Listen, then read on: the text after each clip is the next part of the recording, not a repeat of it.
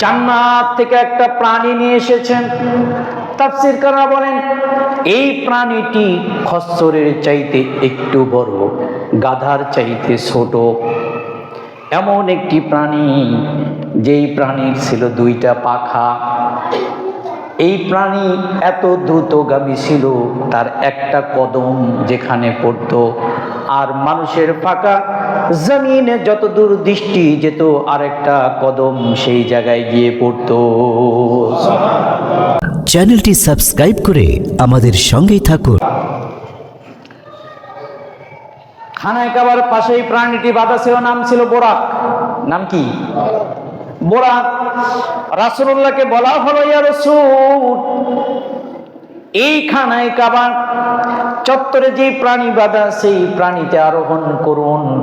রাসূল যখন আরোহণ করতে যাবে, এই বোরাক লাফালাফি শুরু করলো। জিবরাইল আমিন বলে, এই প্রাণী শুনে রাখো, কার সাথে তুমি বেয়াদবি করছো তুমি জানো না। এমন একজন ব্যক্তি তোমার পিঠে আজকে আরোহণ করবে, যিনি হলেন তামাম নবী কুলের সর্দার। তামাম পৃথিবীর মানুষ অতীত থেকে এসেছে, কিয়ামত পর্যন্ত যারা আসবে সকলের শিরোমণি।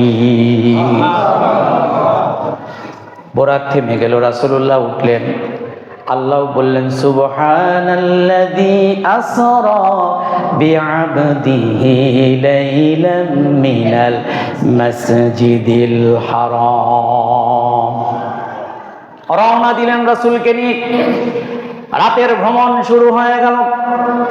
মক্কা থেকে বাইতুল মুকাদ্দাসের দূরত্ব হলো 1480 কিলো। কত কিলো? 1480 কিলো। আবার কেউ বলেছেন না, 1480 মাইল। আর যদি সোজাসুজি যায় তাহলে 1260 মাইল। 1200 কয় মাইল? যদি সোজা রাস্তায় যায় তাহলে 1260 মাইল। আর যদি বাঁকাতারা হয়ে যায় তাহলে 1400 কত মাইল? 80 মাইল থেকে 90 মাইল। দূরত্ব কম না বেশি? আগেকার টেকনোলজি এমন ছিল নাকি? আগে শুধু পায়ে হেঁটে যেত, ঘোড়ার পিঠে অথবা গাধার পিঠে যেত মানুষ, উটের পিঠে যেত। তাহলে উটের পিঠে গেলে একটা মানুষের বাইতুল মুকাদ্দাসে যেতে ন্যূনতম হলেও 1 মাস সময় লাগবে। কয় মাস? 1 মাস সময় লাগবে। বিশ্রাম দিয়ে মোটামুটি 1 থেকে 25 থেকে 30 দিন সময় লাগবে। তো রাসূলকে নিয়ে চোখের পলকে চলে গেল এই বোরাক। সুবহানাল্লাহ। বাইতুল মুকাদ্দাসে পৌঁছালেন রাসূল, যেখানে নবীরা, এই বোরাকে অন্যান্য নবীরাও চড়েছেন, যেখানে নবীরা নবীদের প্রাণীগুলো বাধা রাখতেন বাইতুল মুকাদ্দাসের পাশে, ঠিক সেখানেই আল্লাহ রাসূল এই বোরাকটাকে বেঁধে রাখলেন। সুবহানাল্লাহ। রাসূলুল্লাহ বাইতুল মুকাদ্দাসে প্রবেশ করলেন, 2 রাকাত নামাজ পড়লেন। জিবরাইল আমিন হাদিসের ভিতরে এসেছে, রাসূলুল্লাহকে সামনে দিলেন, রাসূল ইমামতি করলেন। আর যত নবী রাসূল এসেছিল সবাই রাসূলের ইমামতিতে নামাজ আদায় করলেন। আমার আপনার নবী কি মর্যাদা আল্লাহ দিয়েছেন! সুবহানাল্লাহ, আলহামদুলিল্লাহ, আল্লাহু আকবার। আমার নবীকে কত মর্যাদা দিয়েছে! কি নবী আমরা পাইলাম! কি একজন নবী আমরা পেয়েছি, যেই নবী বাইতুল মুকাদ্দাসে লক্ষাধিক নবী রাসূলদের ইমামতি করেছেন। আমার নবীর মর্যাদা কম না বেশি? আমরা দিতে পেরেছি? আমার নবী রাসূলকে মর্যাদা দিতে আমরা পারি না।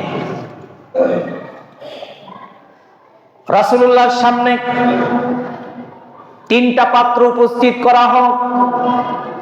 হাদিসের ভিতরে এসেছে, কেউ বলেছেন 2টি পাত্র উপস্থিত করা হলো, একটার ভিতরে মদ আর একটার ভিতরে দুধ। জিবরাইল আমিন বললেন, ইয়া রাসূল গ্রহণ করুন। আল্লাহর নবী দুধের পেয়ালাটা গ্রহণ করে পান করলেন, মদটাকে অ্যাভয়েড করলেন।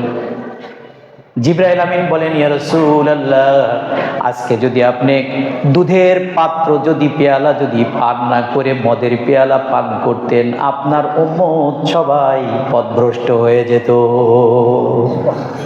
রাসূল আমাকে শিখিয়ে দিয়ে গেল যে না, আমার উম্মতকে আমি পথভ্রষ্ট করতে রাজি।